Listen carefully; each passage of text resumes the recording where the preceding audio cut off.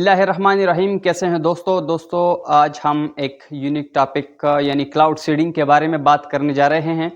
बहुत से दोस्तों को ये मालूम होगा कि नई टेक्नोलॉजी जो क्लाउड सीडिंग है, साइंटिस्ट ने इसके बारे में किस तरह से एक प्रेडिक्शन की है और साइंटिस्ट ने ये कॉन्सेप्ट किस तरह से इंट्रोड्यूस किया है। तो आइए इस वीडियो में डिटेल के साथ हम जानते हैं। इस क्लाउड सीडिंग जानने से पहले दोस्तों हम ये जान लेते हैं कि क्लाउड होता क्या है। यानी जो बादल हैं जो ऊपर आसमानों में फिरते हैं, इनके बारे में जानते हैं कि ये बेसिकली कैसे बनते हैं। दोस्तों तीन स्टेट ऑफ मैटर के बारे में हम सब ने पढ़ा होगा कि वाटर में तीन स्टेट ऑफ मैटर होते हैं, सॉलिड, लिक्विड, गैस। इनसे मिलकर वाटर बनता है। तो सॉलिड मीन आइस, वाटर और वेपर, इनसे मिलकर ये क्लाउड्स भी बनते हैं। इन तीनों की कन्वर्सेशन को, इन तीनों स्टेट्स की कन्वर्सेशन को हम एक नाम भी देते हैं। फॉर एग्जांपल अगर आइस कन्वर्ट होती है वाटर में, इसको हम मेल्टिंग कहते हैं। अगर वाटर कन्वर्ट हो आइस में, इसको हम फ्रीजिंग कहते हैं। अगर वाटर कन्वर्ट हो वेपर में, इसको हम एवेपोरेशन कहते हैं। और अगर वेपर कन्वर्ट हो वाटर में, तो इसको हम कंडेंसेशन कहते हैं। और यही कंडेंसेशन का वर्ड्स बार बार इस वीडियो में आएगा। वेपर हम भाप को कहते हैं। जिस तरह भाप होता है ना, जो हमारे मुंह से निकलता है, जो फॉग जो होती है, इसको हम वेपर कहते हैं।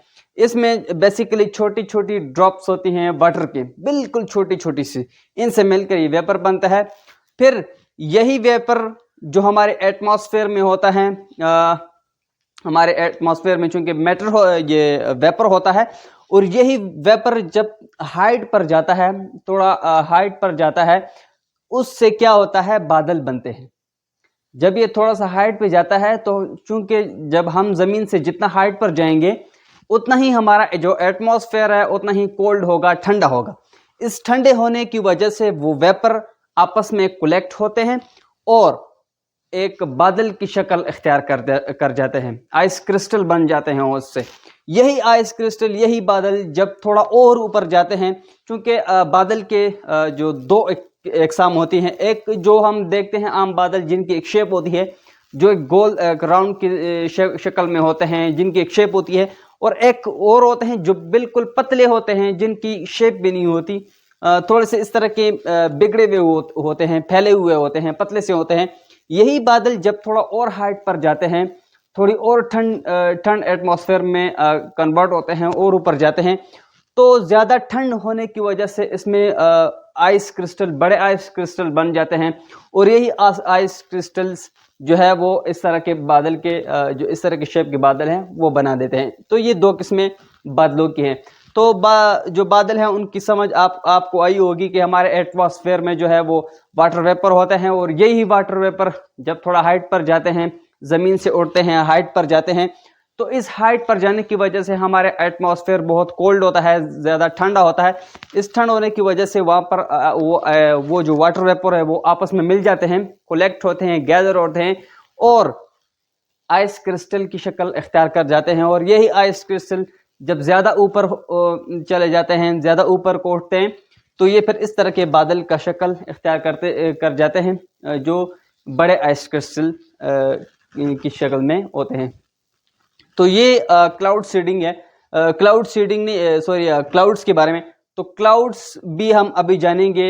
1943 में अमेरिका में एक साइंटिस्ट जिनका नाम विंसेंट शेफर था, डॉक्टर विंसेंट शेफर, जो एयरक्राफ्ट आइसिंग और प्रेसिपिटेशन के बारे में इस पर तहकीक कर रहे थे, रिसर्च कर रहे थे। इन्होंने अपने पास एक बॉक्स रखा हुआ था, जिसमें वो जिस बॉक्स को उन्होंने काफ़ी ठंडा किया हुआ था, और उसमें वो ब्रीजिंग कर रहे थे, ताकि वो ये देख सकें कि जो small pieces of ice crystal हैं हमारे फॉग में, जो हम फॉग जो मैं बॉक्स में इंटर कर रहा हूँ, इसमें आइस क्रिस्टल किस शेप में होते हैं, इसको वो देख रहे थे। तो इस बॉक्स को उन्होंने काफ़ी ठंडा किया, और उसके बाद इस बॉक्स में आइस भी रखी, आइस के थोड़े पीस भी इसमें रखे, ताकि इस बॉक्स को और ठंडा किया जा सके, ताकि जो हमारे वेपर है, जो हमारा जो मुंह से जो फॉग निकल रहा है जो मेरे मुंह से, उसमें हम स्मॉल आइस क्रिस्टल को देख सकें। तो जब उन्होंने इस बॉक्स को मजीद ठंडा किया तो उसमें जब उसके बाद उन्होंने इसमें ब्रीथिंग की, उसके बाद उन्होंने इसमें स्मॉल पीसेस ऑफ जो आइस क्रिस्टल्स है उन्होंने देखे। जो ये उस वक्त बहुत एक हैरानकुन रिसर्च थी और टेस्ट था। उसके बाद इन्होंने ये सोचा कि यही फार्मूला हम प्रैक्टिकली भी कर सकते हैं कि अगर हम बादलों को अगर मजीद ठंडा करते हैं, उस ठंडा होने के बाद इम्कानात हो सकते हैं कि उस बादलों में से बारिश बरसे। और यही फार्मूला और यही टेस्ट उन्होंने किया 1943 अमेरिका में, न्यूयॉर्क में गालिबन इन्होंने वो टेस्ट किया। और एक पहाड़ी पर छोटा सा एक बादल था और उस बादल पर उन्होंने एयरक्राफ्ट के थ्रू 2.5 kg के आइस क्रिस्टल वहां पर फेंके। उसके फेंकने के चंद मिनट बाद ही वहां पर बारिश बरना शुरू हो गई थी और कुछ बर्फ भी बरसी वहां पर।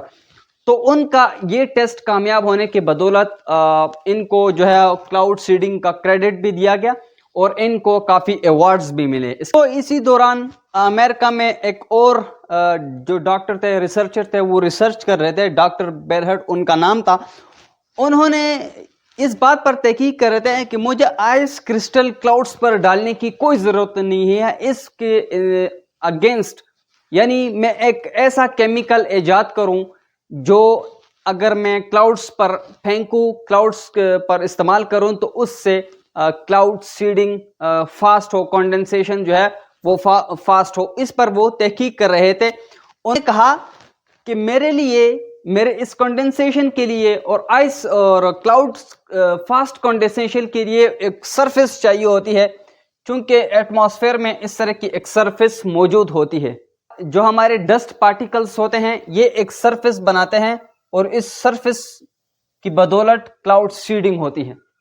दोस्तों, इन्होंने ये कहा कि मुझे एक सरफेस चाहिए जिससे मैं क्लाउड सीडिंग जो है वो फास्ट कर सकूं, कंडेंसेशन जो है इसको मैं फास्ट करूं और जल्द ही एक बादल से बारिश करवा सकूं। इन्होंने कहा कि सरफेस के अलावा कंडेंसेशन पॉसिबल नहीं है। अब फॉर एग्जांपल जिस तरह हम हमारे जो वॉशरूम है, हमारे जो घर में मिरर है, इस मिरर में हमने विंटर में देखा होगा कि इस पर अगर वेपर पड़े तो इसमें स्मॉल डॉट्स के जो वाटर के जो कतरे हमें नजर आते हैं। तो बेसिकली ये इस चीज से पॉसिबल है कि इसके पीछे एक सरफेस है। तो इसी तरह कंडेंसेशन के लिए हमें एक सरफेस चाहिए और ये सरफेस हमने बनाकर तभी हम कंडेंसेशन को फास्ट कर सकते हैं।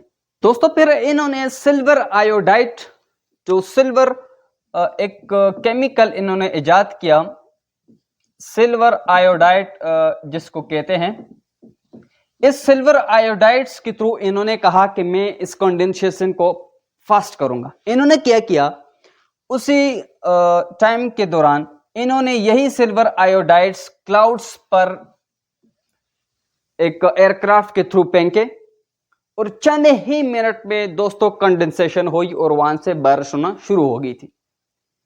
यही इनका फार्मूला काफी जो है वो उस वक्त वायरल भी हो गया था और काफी काबिल कदर भी हो गया था, क्योंकि ये एक फास्ट चीज थी कंडेंसेशन के लिए। जो सिल्वर आयोडाइड है ये एक ऐसा केमिकल था जो कंडेंसेशन के लिए बहुत फास्ट था और इसका फंक्शन ये था कि ये जो स्मॉल जो क्लाउड्स में जो स्मॉल वेपर हैं, जो छोटे छोटे कतरे हैं, इन बारिश के जो इन पानी के कतरों को ये क्या कहता है, अपनी तरफ खींचता है और ये बड़े जो है वो वेपर के कतरे जो बनाता है।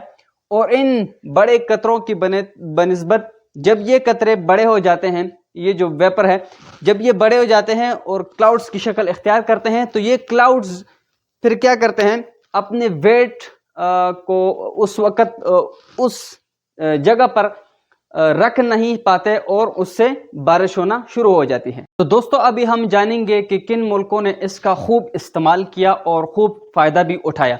दोस्तों सबसे पहले चाइना और थाईलैंड ने इसका इस्तेमाल किया, क्योंकि उस वक़्त चाइना और थाईलैंड में पानी की किल्लत काफ़ी ज़्यादा थी।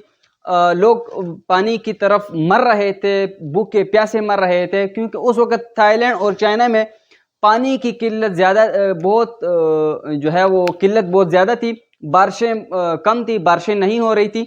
तो इन्होंने क्या किया, क्लाउड सीडिंग को इस टेक्नोलॉजी का इस्तेमाल करते हुए क्लाउड सीडिंग की और मिसाइल्स के थ्रू क्लाउड सीडिंग की और अपने ज़रूरियात की पानी को जो है वो उसी वक्त जल्द ही उन्होंने पूरा किया। दोस्तों फिर यूएसए ने भी इसका काफ़ी इस्तेमाल किया, क्योंकि यूएसए में एक गेम है जिसको स्काई रिजल्ट भी हम कहते हैं। इस स्काई रिजल्ट के लिए बर्फ चाहिए होती है, क्योंकि बर्फ के बगैर तो ये पॉसिबल ही नहीं है, क्योंकि पूरे साल तो बर्फ होती नहीं है। तो इसलिए इन्होंने क्या किया, इस आर्टिफिशियल बर्फ के थ्रू इस गेम को जारी रखा, इस स्काई रिजल्ट गेम को जारी रखा। उस वक्त ये क्या करते हैं, क्लाउड सीडिंग करते हैं। क्लाउड सीडिंग के बाद वहां पर बर्फबारी होती है और उस बर्फबारी पर इस गेम को कंटिन्यू रखा हुआ है।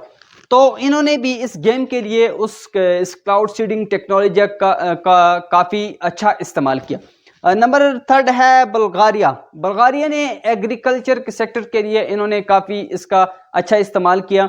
इन्होंने एक किस्म के रॉकेट्स जो है अपने एग्रीकल्चर सेक्टर में नस्ब किए हैं, और जैसे ही गोलाबारी और जो आसमान से जिस तरह जो बादल से जिस तरह से जो तूफानी बारिशें होती हैं उनको कंट्रोल करने के लिए इन्होंने रॉकेट्स जो है वो अपने एग्रीकल्चर सेक्टर में जो ज़मीनों में नस्ब किए। जैसे ही इन्हें मालूमात होती है तो वो उस रॉकेट को फायर करते हैं और उस तबाही को रोकते हैं, और इनको बहुत ही अच्छा नतीजा भी मिला है। लेकिन कुछ इलाका इनका है जो बंजर है। बुल्गारिया ने क्या किया, उस बंजर इलाके को सैराब करने के लिए वहां से जिस तरह क्लाउड्स गुजरते उस इलाके से, उन्होंने जल्द ही उस इलाके पर क्लाउड सीडिंग करके वहां पर उस इलाके को सैराब करवाया है और काफ़ी अच्छा रिजल्ट भी इनको मिला है। लास्ट रशिया ने क्या किया था, उस वक़्त में जिस वक़्त में फर्स्ट एक्सपेरिमेंट्स हो रही थी, रशिया ने क्या किया, सीमेंट बैग को, जो सीमेंट के बैग हैं जो बड़े बड़े, इस सीमेंट बैग को क्लाउड्स पर फेंका। क्लाउड्स पर फेंकने के बाद वहां पर कुछ इनको रिजल्ट न मिला और वही बैग आकर किसी के छत पर गिर गया, जो काफी बड़ा खड़ा हुआ। तो इन्होंने इनका जो फार्मूला था वो उस वक्त फेल हो चुका था इस बैग के थ्रू। दोस्तों कुछ लोग कहते हैं कि इस क्लाउड सीडिंग के डिसएडवांटेज भी हैं, यानी जो केमिकल्स यूज किया जा रहा है क्लाउड्स पर, इसके कुछ डिसएडवांटेज भी होते हैं। लोगों का ये कंसेप्ट है कि हर चीज के डिसएडवांटेज और एडवांटेज होते हैं। तो लेकिन दोस्तों क्लाउड सीडिंग के कुछ डिसएडवांटेज नहीं है, इनके एडवांटेज ही हैं। फिल वक्त जो हमें दिख रहे हैं इसके एडवांटेज हैं, क्योंकि हमारी बंजर ज़मीनें आबाद हो रही हैं, जहाँ पर बारिशें नहीं हो रही वहाँ पर बारिशें करवाई जा रही हैं। यह एक नए बादल बनाने की कुछ टेक्नोलॉजी नहीं है कि जहाँ पर बादल नहीं है वहाँ पर बादल बनवाए जाएं। ये ऐसी टेक्नोलॉजी नहीं है, बल्कि एग्जिस्टिंग जो बादल है जो अभी एग्जिस्ट कर रहे हैं उनको फोर्स कर रहे हैं ताकि वो जल्दी बरस जाएं। तो इसका कुछ खास डिसएडवांटेज नहीं है। मेरे ख्याल से इसके अच्छे एडवांटेज हैं कि अगर फॉर एग्जांपल इस सिटी में बारिशों का इम्कान आगे वक्त में है, लेकिन अभी बारिशें हो रही हैं, तो इसको इस जगह के अलावा दूसरे शहर में क्लाउड सीडिंग करवाई जाए तो ये हमारे लिए बेहतर रहेगा। तो इस एडवांटेज के लिए क्लाउड सीडिंग का इस्तेमाल किया जाता है। फॉर एग्जांपल अगर एक सिटी में अभी बारिश का इम्कान है लेकिन उस सिटी के लिए नुकसानदेह है, उस विलेज के लिए नुकसानदेह है, तो यही क्लाउड सीडिंग की टेक्नोलॉजी क्या करती है, उस बारिश को दूसरे इलाकों में उससे पहले बरसा देते हैं, वहां पर इसको ख़त्म कर देते हैं। दोस्तों अभी रिसेंटली एक नई टेक्नोलॉजी इंट्रोड्यूस करवाई गई है जिसको हम क्लाउड जैपिंग कहते हैं। क्लाउड जैपिंग का मतलब यह है, क्लाउड जैपिंग। इसका मतलब यह है कि एयरक्राफ्ट के थ्रू क्लाउड्स पर करंट लगाए जाते हैं। एयरक्राफ्ट के थ्रू क्लाउड्स पर करंट लगाते हैं और इस करंट शॉट की वजह से, इस करंट की वजह से इसमें जो स्मॉल ड्रॉपलेट्स हैं वो आपस में गैदर होकर बरसना शुरू हो जाते हैं। तो ये अभी नई नई टेक्नोलॉजी आई है क्लाउड जैपिंग की, क्योंकि इसमें इस क्लाउड जैपिंग और इसके साथ साथ जो दूसरे केमिकल्स हैं उनका भी इस्तेमाल किया जाता है, ताकि जो बारिश है उसका इम्कान जल्द ही बनाया जा सके।